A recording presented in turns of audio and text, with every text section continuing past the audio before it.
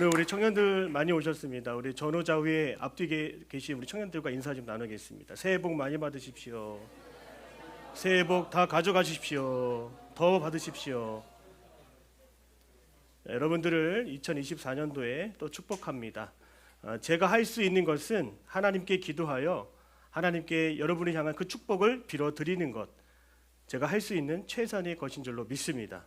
여러분을 위해서 말씀을 잘 준비하고 또 기도하는 것이 이 영적 제사장의 모습이라고 할 수 있는 것입니다. 여러분의 삶에서 하나님의 은혜와 사랑이 늘 가득할 수 있기를 주님의 이름으로 축복합니다. 제가 10년 전이면 바로 30살입니다. 이 30살, 아마 여러분들은 10년 전이면 뭐 20대 초반 또 10대였을 것 같습니다. 여러분, 그때 우리들의 삶 속에 우리 구호처럼 외쳤던 것 중에 하나가 노오오오력이라고 하는 단어였습니다. 노력이 아니라 노오오오오오력. 노력을 해야 된다라고 하는 것이죠. 노오력. 이거 제가 발성이 좀 됩니다. 여러분, 노력을 하면 될 수가 있었습니다. 노력을 하면 안 될 것도 되는 시기가 있었습니다. 그런데 실상은 어떻습니까? 이제 10년이 지났다라고 한다면 이제 더 이상 꿈은 꾸는 자의 것이 아닌 것이 되어버렸습니다. 이제 실제로 수많은 청년들은 비교와 경쟁의 시기에 이제 꿈은 이루어지는 것이 아니구나. 그래서 어떻게 꿈을 꿉니까? 마음속으로 꿈을 꾸며 살아간다는 것이죠. 그래서 어떤 철학자는 이러한 시대를 환각의 시대라고 말하는 것입니다. 꿈을 꿔서 이루어가는 시대가 아니라 마음속에 꿈은 꿈대로 간직하고 현실과 다른 이상을 바라보면서 몽상가처럼 살아간다라고 하는 것입니다. 아무리 마음속에 원하고 바래도 그것이 이루어질 수 없구나라고 하는 그런 부정적인 생각이 많이 이 시대에 우리의 마음을 사로잡는 것 같습니다. 저 공상의 나라에서는 어떻습니까? 몽상가들은 이미 이룬 사람처럼 살아가려고 하지만 실제로는 현실에서는 그렇지 않다라고 하는 거예요. 오늘날 우리의 삶을 이렇게 말할 수 있습니다. 무기력의 시대라, 이렇게 말할 수가 있는 것이죠. 이제는 나의 의지와 노력과 나의 방법으로 잘 되지 않는 시대에 우리 청년들이 무기력을 느끼고 있다라고 하는 것입니다. 새해를 맞이했는데 벌써 마음이 꺾이고 마음이 구부러지고 마음이 딱딱하게 굳어버린 그런 마음도 우리에게 있을 겁니다.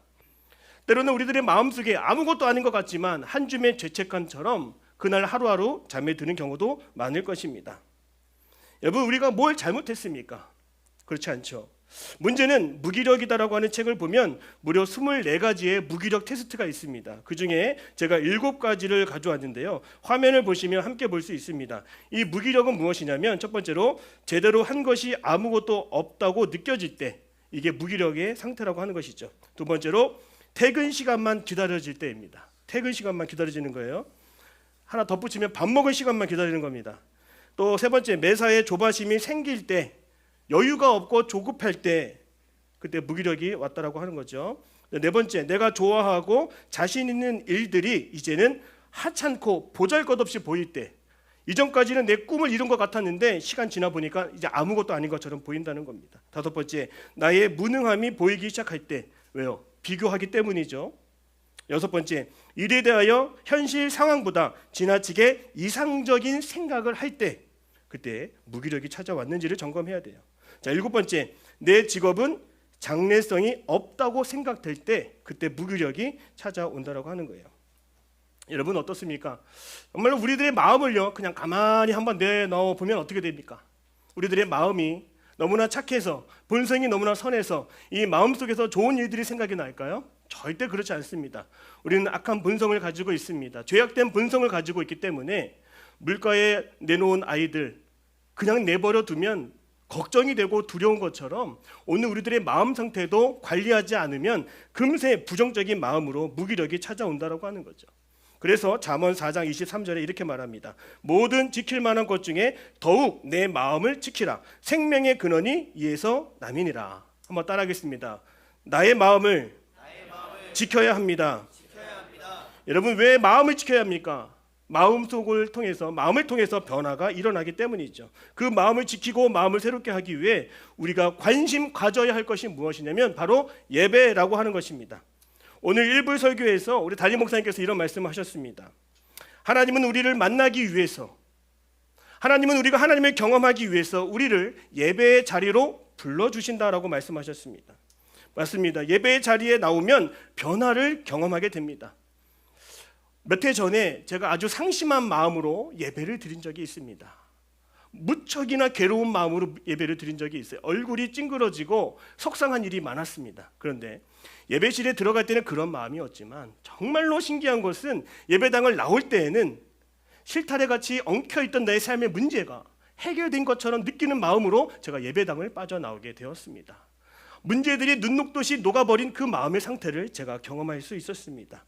예배는 하나님께서 여러분을 만지시고 여러분을 다듬고 여러분을 더 위대한 하나님의 사람으로 만들어 갈 수 있는 그런 자리라고 하는 것이죠. 여러분, 미용실에 가면 꼭 지켜야 될 것이 있습니다.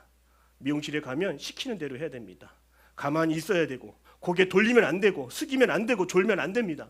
왜냐하면 미용사가 앉아있는 그 상태에서 다듬어 주기 때문인 것이죠. 오늘 이 예배 자리에서도 하나님은 여러분의 영혼을 다듬고 계심을 믿음으로 고백할 수 있기를 바랍니다. 특별히 예배 자리에 나오면 왜 우리가 변화를 경험할까요? 오늘 읽었던 로마서 12장 1절에서 2절의 말씀에서 말하는 것이죠.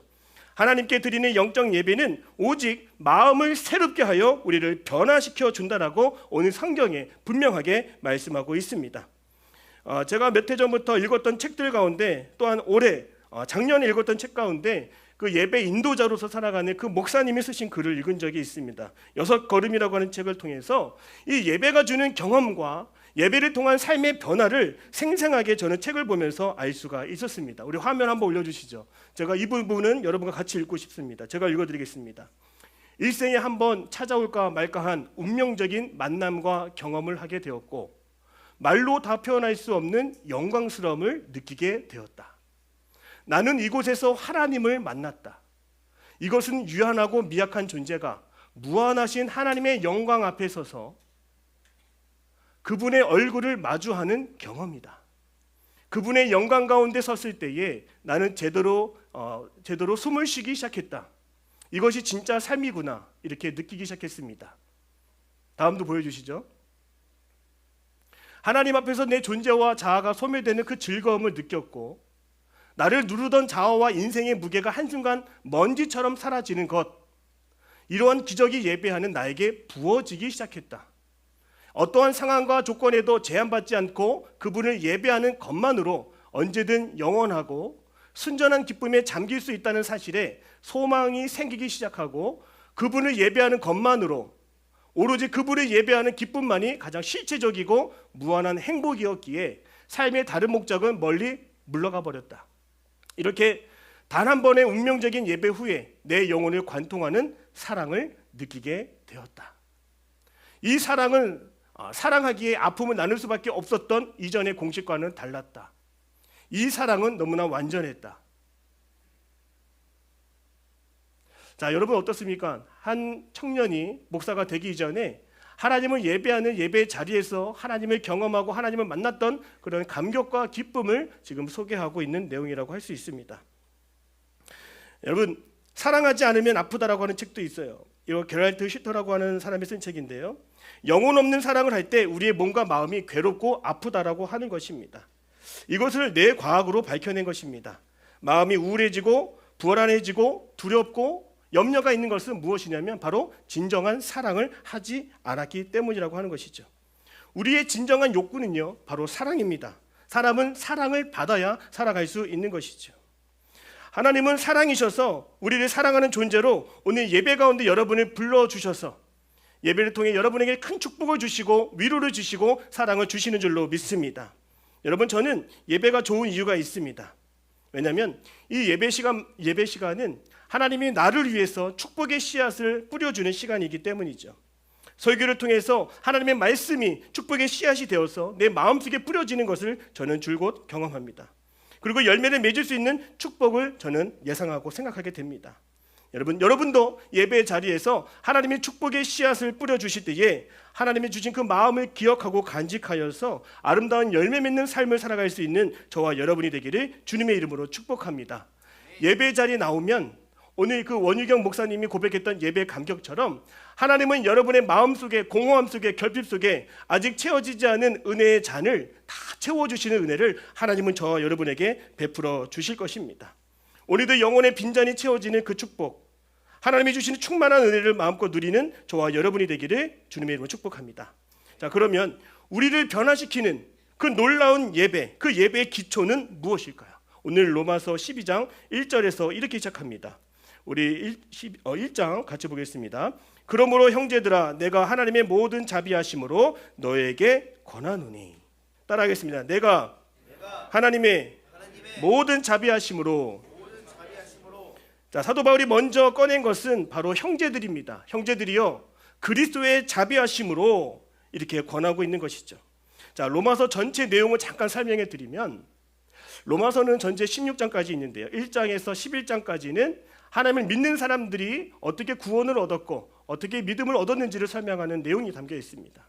그리고 12장부터 16장까지는 그 믿음을 가진 사람들이 어떻게 살아가야 되는지 그 실천적인 방법이 담겨 있다는 것이에요. 그래서 믿음을 가진 사람들, 구원 얻은 사람들이 첫 번째로 해야 되는 게 오늘 무엇이냐면, 오늘 12장 1절에 나와 있는 것처럼 하나님 앞에 나아가서 영적인 예배를 드려야 한다고 하는 것이죠. 그 영적인 예배의 가장 기초가 되는 것은, 따라하겠습니다, 그리스도의 사랑입니다. 여러분, 예배는 그리스도를 믿는 믿음으로 나온 자들이 하나님 앞에 신앙 고백하는 것입니다. 그리스도인이 믿음으로 살아가기 위해 해야 할 첫 번째는 봉사도 아니고요, 어떤 섬김도 아닙니다. 가장 중요한 것은 먼저 예배라고 하는 것이죠. 그래서 예배의 기초가 여기 나와 있다고 하는 거예요. 그리스도의 자비하심으로 너희에게 권하노니. 자, 여기서 자비는 무엇입니까? 긍휼을 의미하는 것이에요. 죄인된 우리들, 죽을 수밖에 없는 우리들, 무기력한 우리들, 결핍의 시대를 살아가는 우리들, 그러나 하나님께서 저와 여러분을 구원하시기 위하여 십자가에서 사랑을 베풀어 주심으로 하나님은 우리의 삶을 새롭게 변화시켜 주셨다고 하는 것입니다.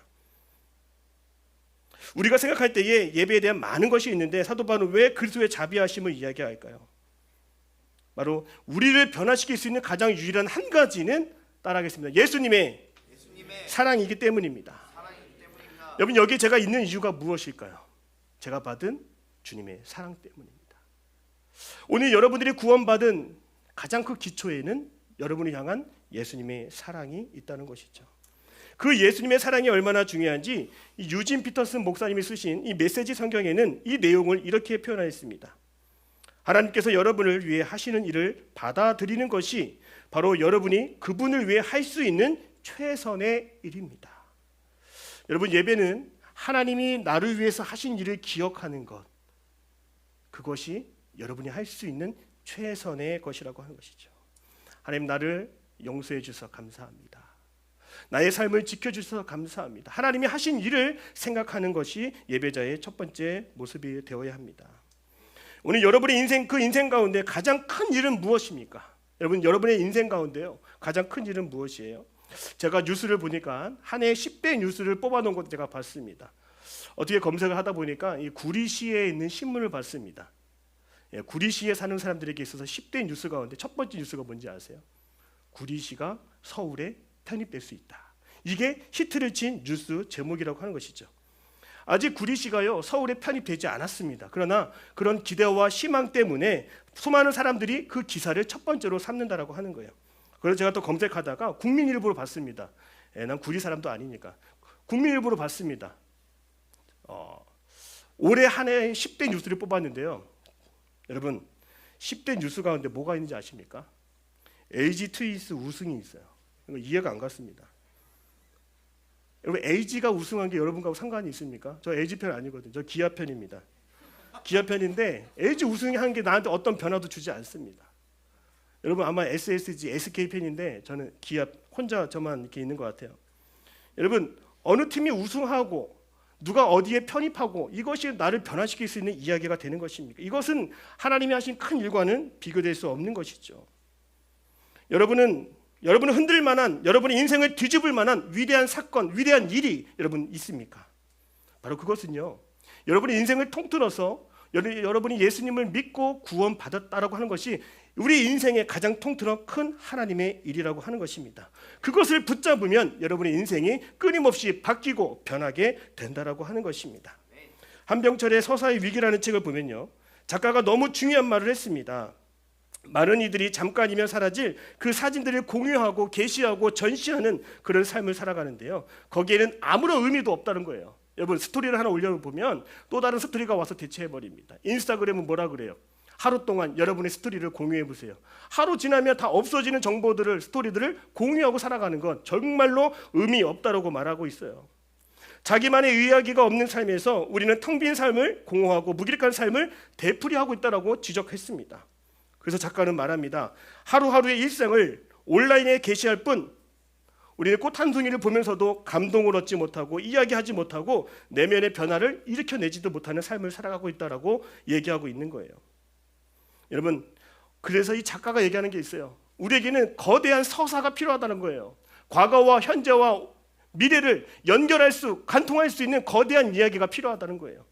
과거에 있었던 일, 현재 나에게 있었던 일, 미래에 있었던 일, 그것을 관통하는 이야기가 무엇입니까? 우리에게는 있지 않습니까? 바로 하나님이 나에게 베풀어 주신 그 구원의 이야기는 오늘을 살아가게 하고 내일을 꿈꾸게 하는 것이 바로 우리들의 위대한 서사라고 하는 것입니다. 그래서 작가는 말하죠. 현재와 과거를 연결하고 미래와 연결할 수 있는 강력한 거대한 이야기, 그 서사가 우리에게 강력한 힘을 줄 수 있다라고 하는 것입니다. 누가복음 15장에 보면은 집을 나간 탕자 아들이 나오죠. 둘째 아들이 집을 나갔습니다. 아버지가 물려준 그 유산을 다 사용해 버렸습니다. 그리고 허황방탕한 상황 속에서 이제 돼지 우리에 들어가서 돼지 우물을, 지업 예미를 같이 먹게 돼요. 여러분, 이 둘째 아들 방탕한 사람을 다시 돌아오게 할 수 있었던 힘이 무엇이라고 생각하십니까? 바로 과거와 현재와 미래를 관통하는 하나님 아버지의 사랑이 그를 끄집어 낼 수 있었다라고 하는 것입니다. 오늘 하나님의 사랑이 예배 자리 가운데 여러분을 변화시킬 수 있는 줄로 믿습니다. 여러분의 삶의 과거와 현재, 미래 하나의 맥락으로 관통하고 있는 가슴 뛰게 하는 그 큰 일 하나를 여러분 붙잡을 수 있기를 바랍니다. 저는 그래서 이제 예배가 끝나면 여러분이 소그룹을 나눌 때에 영적인 메뉴판을 만들었어요. 오늘 말씀을 듣고도 항상 같이 나눌 수 있도록, 구원의 이야기를 나눌 수 있도록 메뉴판을 만들었습니다. 여러분, 내 인생의 가장 큰 일, 예수님이 나를 사랑해 주셨다는 그 일을 붙잡고 또 붙잡고 묵상하고 묵상할 때 내 속사람이 새롭게 변화될 줄로 믿습니다. 세상의 이야기는 계속 생산되지만 어떻게 돼요? 이슈가 있으면 또 다른 이슈가 그 이야기를 덮어버리는 거예요. 또 다른 이야기가 세상의 이야기를 계속 덮어버립니다. 그러나 하나님이 나를 구원해 주시고 나를 사랑해 주시는 그 위대한 사건, 그 한 가지 일은 그 무엇으로도 덮어버릴 수가 없다라고 하는 것입니다. 여러분을 끝까지 변화시킬 수 있는 그 예수님에게 집중할 때 우리는 진정한 예배자의 기초를 닦을 수가 있는 것입니다. 자, 그렇다면 예배의 방법을 한번 말씀드려보겠습니다. 예배의 방법, 어떻게 우리가 그러면 예배를 드려야 될까요? 내 삶을 변화시키고 영적으로 새로운 도약이 일어나는 그 예배는 무엇일까요? 오늘 사도 바울은 우리가 드릴 수 있는 가장 적극적인 예배를 소개하고 있습니다. 따라하겠습니다. 영적인 예배. 로마서 12장 1절에서 말하는 것처럼 너의 몸을 하나님이 기뻐하시는 거룩한 산 제물로 드리라, 이렇게 말씀하고 있습니다. 자, 2절에서 영적 예배를, 이러한 예배를 드릴 때에 하나님이 우리의 마음을 새롭게 하시고 변화를 일으켜 세상 속에서 분별하며 살아갈 수 있는 변화를 만들어 주신다라고 했습니다. 오늘날 청년들이 무기력한 시대에 적극적인 마음으로 하나님 앞에 나아가 드리는 영적 예배, 여러분 어떻게 드리는 겁니까? 어떻게 예배를 드리는 것이 최선의 모습이고 하나님이 기뻐하시는 모습일까요? 여러분, 이 산제물이라고 하는 것을 한번 생각해 보십시오. 산제물. 여러분, 제물은요 죽어 있어야 되는 겁니다. 산제물, 제물이 살아있다라고 하는 것은 무엇입니까? 우리 가운데 아직 죽어 있지 않은 부분을 가지고 하나님 앞에 나아가야 한다는 것이죠. 아직 죽지 않은 자아가 있습니다. 아직 끊어내지 못한 옛 습관이 있습니다. 아직 고쳐지지 않은 옛 본성이 있습니다. 아직 나의 교만이 있습니다. 그러한 교만과 나의 옛 모습을 그대로 하나님 앞에 가져갈 때 우리는 산제물로 하나님께 예배드릴 수 있다라고 하는 것입니다. 내가 이웃을 섬기고 하나님을 섬기는 것은 내가 죽지 않으면 할 수 없는 거예요. 여러분, 결혼 생활이요, 내가 죽지 않으면 할 수 없는 겁니다. 신앙 생활이요, 내가 죽지 않으면 할 수 없는 겁니다. 사회생활이요 마찬가지입니다. 내가 죽지 않으면 할 수 없는 것입니다. 사회생활을 하다가 툭 튀어나오는 욱하는 마음과 내가 버리지 못했던 옛날의 생각과 마음들이 튀어나올 때가 있습니다. 그것을 가지고 하나님 앞에 나아가는 자, 그것이 바로 영적 예배자의 모습이라고 할 수 있는 것입니다. 그래서 여러분들 오늘 여러분의 고쳐지지 않는 자아의 모습들을 가지고 깍두기처럼 잘라가지고 하나님 앞에 다 나가야 되는 것입니다. 왜 내 자아가 죽어야 한다라고, 왜 옛사람이 죽어야 한다라고 그렇게 말을 하는 것일까요? 갈라디아서 2장 20절에 나와 있기 때문입니다. 우리 같이 갈라디아서 2장 20절의 말씀을 같이 읽겠습니다. 시작. 내가 그리스도와 함께 십자가에 못 박혔나니 그런즉 이제는 내가 사는 것이 아니요 오직 내 안에 그리스도께서 사시는 것이라. 이제 내가 육체 가운데 사는 것은 나를 사랑하사 나를 위하여 자기 자신을 버리신 하나님의 아들을 믿는 믿음 안에서 사는 것이라. 아멘. 내 자아가 죽을 때에 내 안에 계시는 하나님께서 살아계셔서 역사하시기 때문에 우리는 영적 자아 예배를 통하여서 우리 진정한 변화를 맛볼 수가 있게 되는 것이죠. 구약 시대에는 제사를 어떻게 드렸을까요, 여러분? 동물을 잡아서 자기 손으로 동물의 각을 떠서 제사를 드려야 했습니다. 여러분, 깨끗해 보이는 것도요, 흠이 없어 보이는 것도요, 뭐가 있어요? 그 속을 들여다보면 부정한 것이 있고 정한 것이 있다고 한 것이죠. 동물의 사체를 조각을 내어서 볼 때에 기름기가 많은 내장, 그리고 가죽, 성경에서 말하는 수많은 부정한 것들이 그 안에 다 담겨 있다라고 하는 것이죠. 오늘 우리들의 모습은 어떠할까요? 하나님 앞에 나왔을 때에 정한 것과 부정한 것을 구별하지 않고 나왔다라면 하나님은 그 예배를 기쁨으로 받지 않다라고 하는 것이죠. 여러분, 하나님 앞에서 우리는 완벽한 사람은 없습니다. 완벽한 재물이 우리에게는 없는 것처럼 하나님은 우리가 완벽하지 않은 것을 아시면서도 우리가 하나님 앞에 나아갈 때, 내 부족함을 내어놓을 때, 내 죽지 않은 자아를 내어놓을 때 하나님은 예배의 자리에서 우리의 심령 속에 어두운 것을 거두어내시고 더러운 것을 걷어내시고 우리를 치유하시고 고쳐 주신다라고 하는 것입니다. 진정한 속사람의 변화가 예배를 통해서 나타나게 되는 것입니다. 여러분, 아무리 의료기술이 좋았어도요, 한 사람의 그 환자를 보면서 암이 있습니다라고 분명히 말을 못합니다. 암이 있는 거 없는 거 어떻게 알 수 있습니까? 피부 조직을 잘라서 그 속을 들여다봐야 건강한지 아닌지를 볼 수 있고, 암세포가 있다면 조직 검사를 통해서 끄집어서 그 진단을 정확하게 내리고 치유의 길을 걸어갈 수 있는 것입니다. 예배 자리에 나올 때에는 나의 부정한 것과 정한 것을 구별하여 나와야 되는 것이에요. 하나님은 그때 여러분의 정한 것을 기쁨으로 받으시고 부정한 것을 고쳐주시고 새롭게 치유하여 주신다라고 하는 것이죠. 제가 어제 결혼식장을 가면서 우리 박은정 자매 혼인 사역을 하는 것을 들어봤습니다. 아주 인상 깊은 고백을 했습니다. 여성으로서 할 수 없는 고백을 했어요. 제가 음식을 다 하고 설거지를 다 하겠습니다. 요즘 시대에도 그런 고백을 하는 걸 제가 봤어요. 제가 말씀드리는 겁니다. 여러분, 신앙생활과 결혼생활은요, 절대로 혼자 할 수가 없는 것이죠. 함께 할 수밖에 없다고 하는 것이죠. 우리가 부족하고 연약하더라도 하나님께 예배드리러 나아갈 때 우리보다 더 완벽하시고 모든 것을 가지고 계신 하나님은 우리를 받아주시기에 충분한 하나님이십니다. 그 하나님께 나아가면 우리의 삶은 새로운 변화를 얻게 되는 것입니다. 성경에서 성막을 지을 때 나무를 택하여 언약궤를 지었습니다. 여러분이 생각할 때 성막에 사용되는 모든 나무는 향기가 나야 되고 바르고 온전하게 생기는 나무를 우리가 생각할 수가 있습니다. 그런데 성경에서 사용되는 그 성막을 위해서 사용되는 나무 가운데 시띠 나무라고 하는 것이 있어요. 우리나라 말로는 아카시아 나무라고 합니다. 또 성경에는 그것을 조각목이라고 말하고 있습니다. 이 조각목은 구부러지고 틈이 많고 벌레가 있고 또 가시가 있고 모양이 고르지 않은 나무라고 말할 수 있는 것이죠. 왜 하나님은 성막을 지을 때 백향목 같은 향기 나는 나무가 아니라 조각목, 비틀어지고 틀어진 그 나무를 사용하라고 하셨을까요? 우리가 하나님 앞에 나아갈 때 우리가 부정한 모습일 수도 있고 우리가 부족한 모습일 수도 있지만 우리가 온전히 하나님 앞에 나아가면 하나님은 그 조각목 위에 금을 뿌려주셔서 온전한 언약궤를 만들어주셔서 봉헌할 수 있는 것처럼 오늘 우리도 부족한 우리들이 하나님 앞에 나아가면 하나님 우리를 새롭게 변화시켜 주시고 우리를 받으시기에 부족함이 없는 하나님의 사람으로 우리를 받아주신다는 거예요. 사랑하는 청년 여러분, 오늘 우리가 부족한 마음으로 하나님 앞에 섰습니다. 오늘 이 시간 우리는 부족하지만 하나님은 우리의 삶을 받으시고 변화시키기에 충분하신 분이 우리 하나님이심을 믿음으로 고백할 수 있기를 바랍니다. 우리에게는 거대한 서사, 나를 구원하시는 하나님의 이야기가 있습니다. 그 하나님을 끝까지 믿으면서 예배 자리에 나오고 또한 나의 정한 것과 부정한 것을 아직 죽지 않은 나의 자아를 하나님께 내어드림으로써 고침과 치유의 시간을 마음껏 경험할 수 있는 저와 여러분의 삶이 되기를 주님의 이름으로 축복합니다. 기도하겠습니다. 사랑의 하나님, 진정한 예배자가 되기 위하여 산제물로 드리는 예배자 되기를 원합니다. 아버지 하나님, 아직 정결하지 못하고 아직 부정한 모습이 많은 우리들, 그러나 그 모습까지도 받으시고 품으시는 하나님이신 줄로 믿습니다. 우리의 마음 정결하여서 하나님 앞에 나아가고자 하는데 여전히 우리의 삶에 문제가 많아서 나아가지 못하는 자들이 있다면 주님 용서하시고 품어 주시옵소서.